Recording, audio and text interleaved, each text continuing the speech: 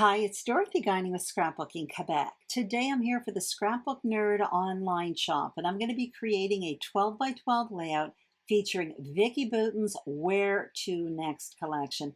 This video is all about product play because I'm digging into the collection for the first time, and I have tons of it. Typically when I shop, I buy paper and 3 embellishment packs per collection, except when I shop for Vicki Boutin. She is one of my favorite designers, but I do find her products really easy to use. So here is what I've selected for this project. And I did narrow down my paper selection, but I have tons of embellishments there. Now the Scrapbook Nerd is really well stocked in this collection, so I am going to put a link to the shop along with the products I use in the description box below. So without further ado, let's get started and start creating a layout. And you're going to see I have a piece of 12 by 12 basil marshmallow cardstock. That will be my foundation page. I have 2 photos that I've already matted. And here is the printed paper. So I love that hexagon paper. That black one I've already cut into. That's what I use to map my photos. I also have this cut apart sheet here.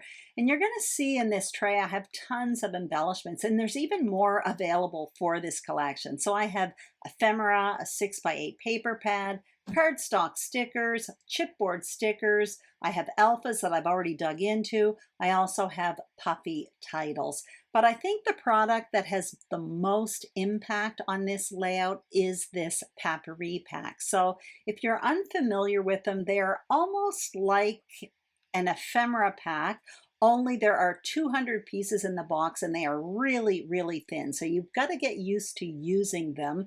Also in this Papyri box, there's these little punch out pieces. They come out very, very easily. Those are the smaller pieces, along with some washi tape stickers. Now, like I mentioned, this layout, I'm going to be using this a lot. It has the most impact. And this is the 3rd time I bought a Papyri pack. And funny story, the first time I got one, I didn't think I would like it. And now I'm landed at my 3rd one. So I do quite like them. Anyway, now what I'm going to do is start creating my foundation page. So you can see there I have 2 strips of paper from that cut apart sheet. I do plan to use one of the 2.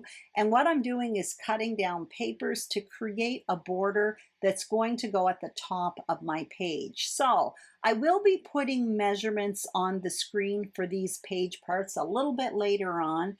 Please keep in mind that I put measurements for visible paper only, and you're going to see when I adhere them to the page, I will be doing some overlapping, so I actually cut them wider than the measurements that are listed. So right now I'm just playing around trying to decide what I want my border to look like. Now I do want these papers to be at different widths, each one of these strips, and I'm trying to decide which cut apart sheet to use. So I'm bringing in this other one here that has like a notebook punched out look to it, but I do end up going with this teal colored one, and which also later on influences my embellishing, that teal colored strip.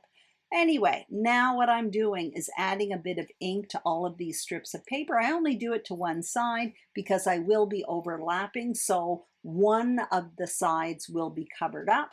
Anyway, I didn't make you watch all of it, and now what you see me doing is adhering these strips behind the white cardstock. So I'm starting with that teal colored one, then coming in with a black one, and then for the hexagon one, that's the one I want to be the widest on the page. Again, the measurements I'm putting on the screen are for visible paper only.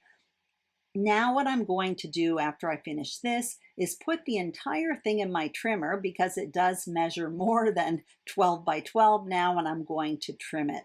You could also do this very same thing and simply create a border and adhere it on top of a piece of 12 by 12 cardstock. So now my foundation page is prepared, and I'm going to start playing around with my photos and create a layered photo mat. So I'm going to place my photos like that, and I'm going to be creating a layered photo mat with the Papyri pack. So like I mentioned in the intro, this box has 200 pieces in it, and there are all different sizes. I'm going to be starting with these big ones that measure probably bigger than 4 by 6. I don't have a ruler in front of me right now, but they're more or less 4 by 6, maybe 4.5 by 6.5. So what I'm doing is just looking for some. You can see I've gone with neutrals with some and a couple of them more colorful, especially the one over on the far right. I'm overlapping them and basically creating a layered photo mat with them. I'm happy with that. What I am going to do is come in with a few smaller pieces of those papery pieces and just start tucking them in. So I end up putting one just above the photo there, the landscape photo, that one I'm tucking in right now, and I put another one in the bottom. So that creates really a really layered photo mat. But what I love about it is it doesn't add any bulk to the layout at all or weight. And I've been scrapbooking a long time, so I love a layered look, but I really don't like my albums to be too heavy or too thick because they take up too much room.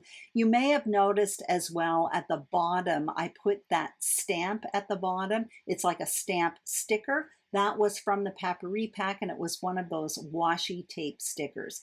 So I also, a few moments ago, took a pencil and just made a few marks, mostly where I wanted my photo mat to start over there on the far left and where I wanted it to end. I did that on each end. That's where I started adhering, and then I kind of moved my way in towards the middle.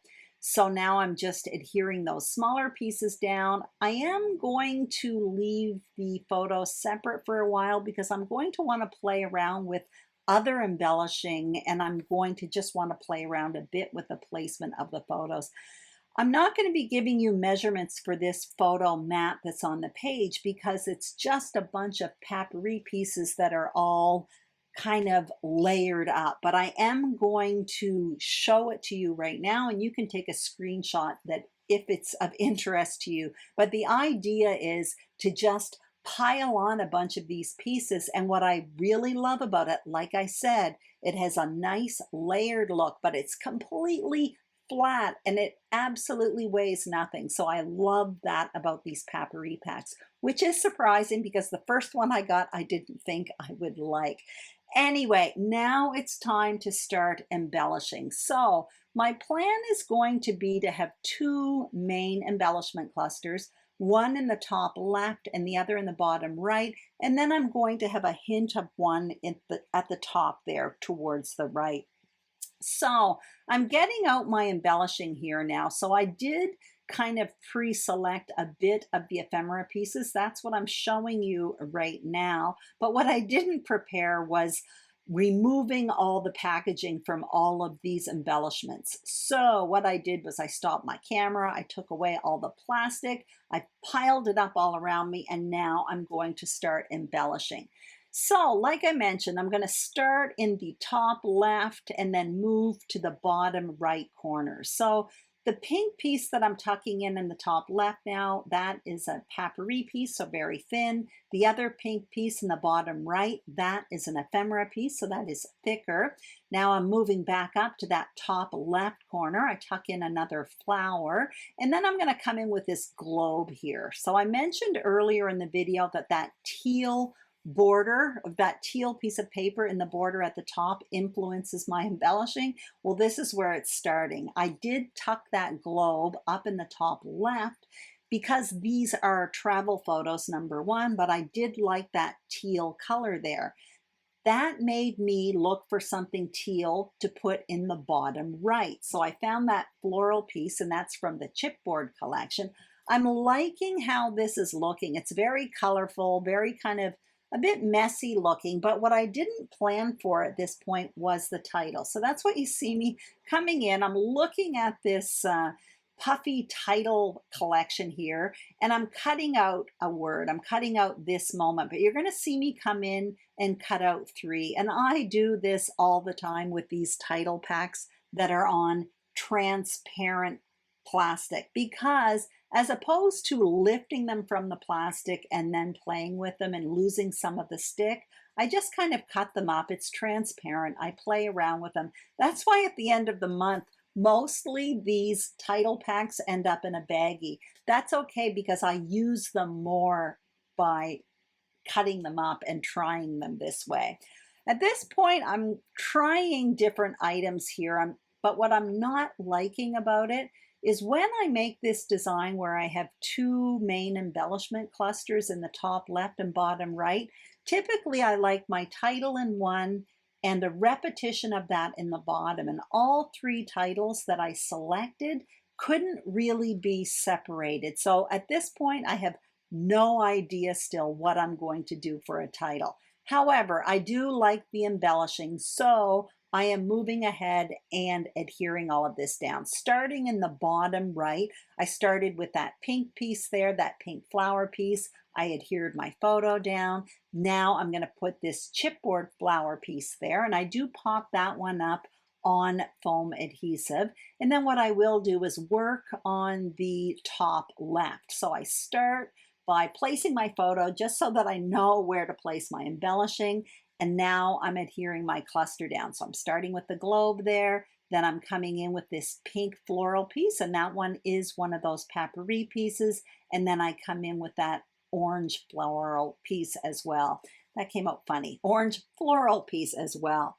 I'm adhering my photo down, but I still have to put a title. And honestly, I don't know what I'm going to do at this point. I did know I wasn't happy with my other selection for what I mentioned. I want to be able to put it in both embellishment clusters. So I am going to get out that puffy one again, that puffy title sheet, and cut out another one. And this one time I'm cutting out "Today was fun." And that's what I end up going with because I can really separate it. It's 3 words and it just looks right on my page. So I plan to put "today" up there in the top left, and I will put "was fun" down in the bottom right. I have to fuss around a bit with the one in the bottom right a bit, and you're going to see that does get moved around a bit right until the very end.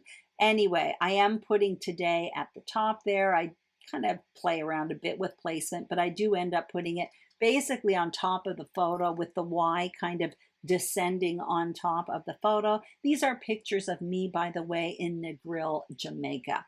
Anyway, you can see now I'm putting the word "was" on top of my photo and then putting "fun" underneath it. "Was" does get moved around a bit. And what I didn't like about the word "fun" there is that between the flowers where I had adhered them above and the word "fun," the UN in it, there was a space there. So what you saw me do was move down those flowers so that it basically fills in that area just above the letters UN. Now I'm looking for another hint of something up there at the top of the page. So I end up putting a little tab. It's from the cardstock sticker sheet that says "souvenirs." It might not make sense to you, but I live in a French-speaking province and souvenir means memory. So that's why I put it there. I don't have a handful of souvenirs in the photos, but it is a memory. Anyway, also what you see me doing is just finishing off the whole of that tag that's just above that photo. So I used a 1/2-inch circle punch along with an enamel dot, which was from a Simple Stories collection. And that is basically it. So off camera, I did my journaling just on that label, which is beneath that landscape photo. And I also moved the word "was" because it was a little bit lost on top of that photo. There just wasn't enough contrast. Also, I added 3 staples, but honestly, you can't even really see them, so I'm not even going to point them out. But if you can see them, you can let me know. I hope you enjoyed this video. It came together very, very quickly, this layout. I would greatly appreciate a thumbs up if you enjoyed it. And also, if you haven't subscribed to the Scrapbook Nerd YouTube channel, we would be thrilled if you did. The same thing for my channel, Scrapbooking Quebec. Make sure you check out the Scrapbook Nerd online shop for this fun collection and more. Take care, and I will see you soon on YouTube. Bye-bye.